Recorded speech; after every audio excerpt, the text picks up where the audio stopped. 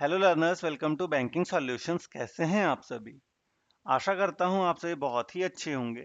RRB PO pre का 3 अगस्त के यानी कि डे 1 का सारे शिफ्ट का एग्जाम ओवर हो चुका है। इस वीडियो में हम सारे शिफ्ट का एनालिसिस देखेंगे डे 1 का, और गुड अटेम्प्ट देखेंगे कितने आपके अटेम्प्ट होने चाहिए थे कि आपका कट ऑफ क्लियर हो जाए। ठीक है, कौन सा शिफ्ट सबसे ज्यादा टफ था, कौन सा शिफ्ट सबसे ज्यादा इजी था, किस शिफ्ट में नॉर्मलाइजेशन मार्क्स बढ़ सकते हैं, किस शिफ्ट में नॉर्मलाइजेशन मार्क्स घट सकते हैं, वो सभी भी इस वीडियो में हम देखेंगे। चलिए बढ़ते हैं पहले एनालिसिस की ओर।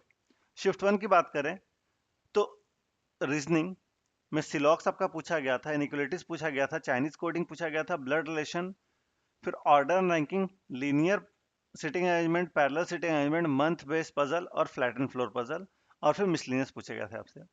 सभी शिफ्ट के रीजनिंग डुएबल ही थे, ठीक है, इजी थे सभी शिफ्ट के रीजनिंग। क्वांट खेल हुआ इस बार क्वांट में, ठीक है।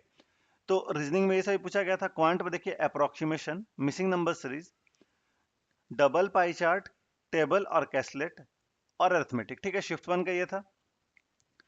इसमें जो आपका क्वांट था, रीजनिंग था, डुएबल था। रीजनिंग में लोग 30 32 ऐसे अटेम्प्ट्स करके आए, ठीक है, 30 से 32 33, तो 30+ अटेम्प्ट रीजनिंग में अच्छे अटेम्प्ट हैं। क्वांट में शिफ्ट 1 में स्टूडेंट्स के 20+ लगभग 20 के लगभग अटेम्प्ट जा रहे हैं, ठीक है, 18 19 20 ऐसे जा रहे हैं। तो इसका शिफ्ट 1 का अगर सेफ अटेम्प्ट हम देखें तो अगर आप इसमें 55+ करके आ रहे हैं ना, तो आपका सेफ अटेम्प्ट है, ठीक है। शिफ्ट 1 में 55+ आपका सेफ अटेम्प्ट है। शिफ्ट 2 की बात करें तो शिफ्ट 1 और शिफ्ट 2 लगभग लगभग बराबर था, ठीक है। रीजनिंग के मामले में रीजनिंग जो था दोनों का एकदम लगभग बराबर था लेवल। रीजनिंग में इक्वलिटीज पूछा गया था, चाइनीज कोडिंग पूछा गया था। इसमें आपको ब्लड रिलेशन इक्वलिटीज देखने नहीं मिली थी। इसमें आपको uncertain, box puzzle, floor puzzle, circular setting arrangement और वीक बेस्ड पजल मिला था, और मिसलेनियस के क्वेश्चन थे, ठीक है। इसमें भी स्टूडेंट्स 30 से 32 कर कर आ रहे थे, ठीक है। क्वांट की बात करें तो क्वांट में आपको अप्रोक्सीमेशन और रॉन्ग नंबर सीरीज दी गई थी। यहाँ रॉन्ग नंबर सीरीज दी गई थी तो क्वांट थोड़ा टफ हो गया था, क्योंकि wrong number series missing number series से थोड़ा टफ माना जाता है, ठीक है। तो स्टूडेंट्स के इसमें थोड़े अटेम्प्ट्स कम हुए थे। नंबर ऑफ अटेम्प्ट्स एक दो ही कम हुए, लेकिन कम हुए थे। फिर लाइन ग्राफ, टेबुलर और केसलेट पूछा गया था, और डेटा सफिशिएंसी शायद पूछी गई थी इसमें, ठीक है, और अरिथमेटिक के क्वेश्चंस थे। तो इसमें स्टूडेंट्स के जो अटेम्प्ट्स थे वो घट गए थे, 17 के लगभग हो रहे थे, ठीक है। इसमें स्टूडेंट्स के अटेम्प्ट जो थे वो 17 के लगभग हो रहे थे, क्योंकि इसमें रॉन्ग नंबर सीरीज पूछी गई थी। हालांकि डुएबल थी, बट रॉन्ग नंबर सीरीज थी तो थोड़ा टाइम टेकिंग हो जाता है, इसलिए नंबर ऑफ अटेम्प्ट्स कम हो गए थे।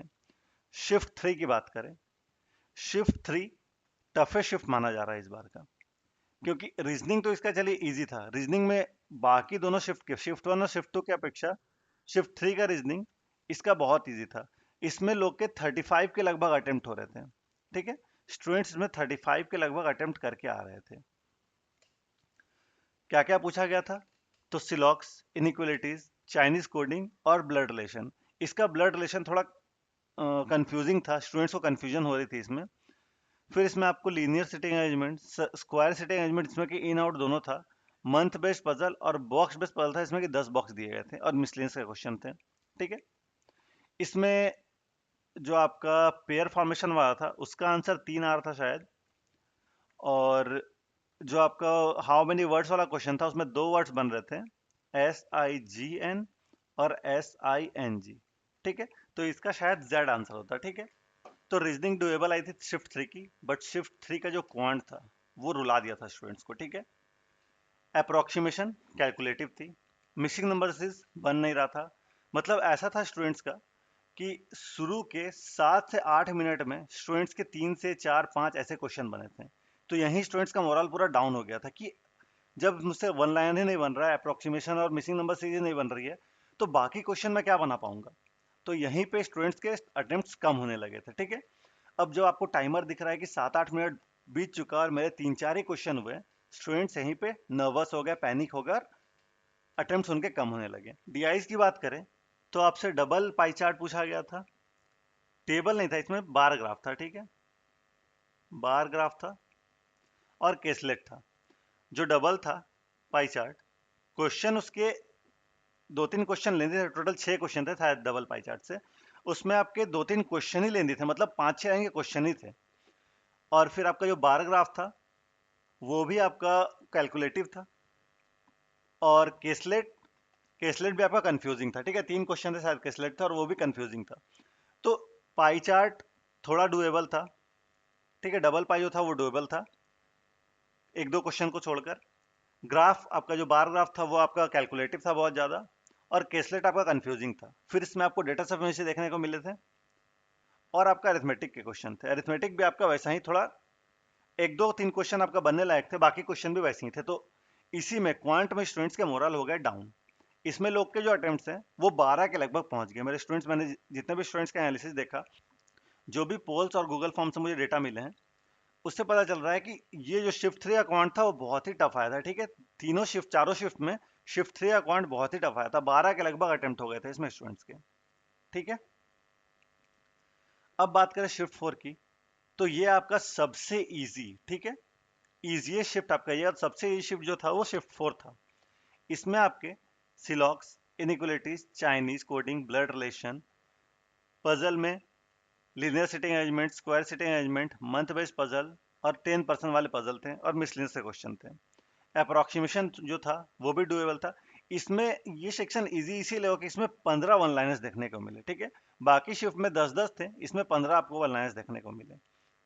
क्या क्या थे? तो अप्रोक्सीमेशन, मिसिंग सीरीज, और क्वाड्रेटिक इक्वेशन, जो कि डुएबल थे। पूरा ये सेक्शन ही डुएबल था। मतलब ऐसा था कि 15 में स्टूडेंट्स 12-13 क्वेश्चन आराम से कर लेते थे। फिर आपकी डबल पाई चार्ट डुएबल आई थी, टेबल भी आपकी लगभग लगभग डुएबल थी, और अरिथमेटिक के क्वेश्चन थे। तो इसमें स्टूडेंट्स के अटेम्प्ट जो थे वो 22 के लगभग हो गए थे। ठीक है, रीजनिंग में वही 32 के लगभग, 32-35 जा रहे थे, और क्वांट में 22 के लगभग हो गए थे। तो अब ओवरऑल सबका अटेम्प्ट देखें तो शिफ्ट 1 में आपका जो अटेम्प्ट होना चाहिए था वो 55 के लगभग था। मैंने बताया 55 प्लस है, तो आपका अच्छा अटेम्प्ट है। शिफ्ट 2 में भी आपका यही 55-54 के लगभग सेफ अटेम्प्ट है। शिफ्ट 3 में अटेम्प्ट घर कर 50 हो गए थे। अगर आपके शिफ्ट 3 में 50 प्लस अटेम्प्ट है, ठीक है, आप सेफ हैं। शिफ्ट 4 की बात करें तो इसमें आपको 60 के लगभग अटेम्प्ट करने होंगे, 60 प्लस या 60 के लगभग अटेम्प्ट करने होंगे। शिफ्ट 4 बहुत ही ज्यादा इजी आ गया था। ठीक है, अब बात करें नॉर्मलाइजेशन की, तो शिफ्ट 4 के स्टूडेंट्स के मार्क्स घटेंगे। ठीक है, शिफ्ट 3 के मार्क्स अच्छे खासे बढ़ेंगे।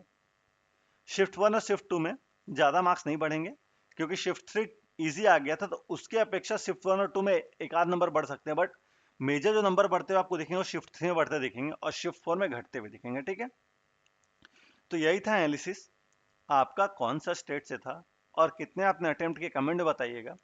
एक गूगल फॉर्म मैं आपको कमेंट में दे रहा हूँ, पिन कर रहा हूँ, और डिस्क्रिप्शन में आपको मिलेंगे गूगल फॉर्म, उससे जाकर जरूर फिल करिएगा। उससे मैं आपको state wise expected cut off ला कर दूंगा। ठीक है, तो प्लीज उसे शेयर करिएगा ज्यादा से ज्यादा, और उसे भरिएगा, फॉर्म को फिल करिएगा, ताकि मैं आपको स्टेट वाइज, कैटेगरी वाइज भी कट ऑफ, अगर ज्यादा रेट आता तो मैं आपको कैटेगरी वाइज भी कट ऑफ लगभग बता दूंगा। ठीक है, तो प्लीज आप उस गूगल फॉर्म को भरिए, अपने दोस्तों के साथ शेयर करिए, और आपको कैसा शिफ्ट लगा, क्या लगा, आप कमेंट में बताइएगा। ठीक है, फाइनल में बताऊं तो सबसे ज्यादा इजी शिफ्ट 4, इसके बाद थोड़ा डिफिकल्ट शिफ्ट 1, फिर शिफ्ट 2, और सबसे ज्यादा डिफिकल्ट जो था वो शिफ्ट 3 था। ठीक है, ये आपका शिफ्ट वाइज एनालिसिस हो गया।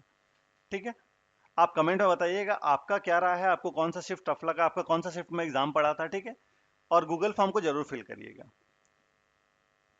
आपको आपके आने वाले एग्जाम के लिए all the best. Thank you.